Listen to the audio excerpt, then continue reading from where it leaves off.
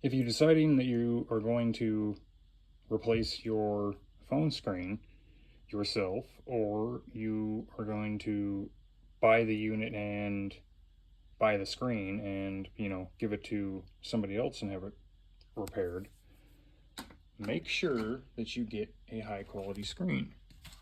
Because all those cheap screens on Amazon are horrible, and they do this type of stuff, fall apart with absolutely no pressure.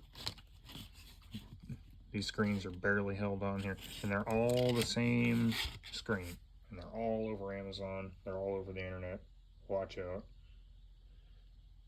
Get a good screen. And if you have a phone that has an original OLED screen, get an OLED for it.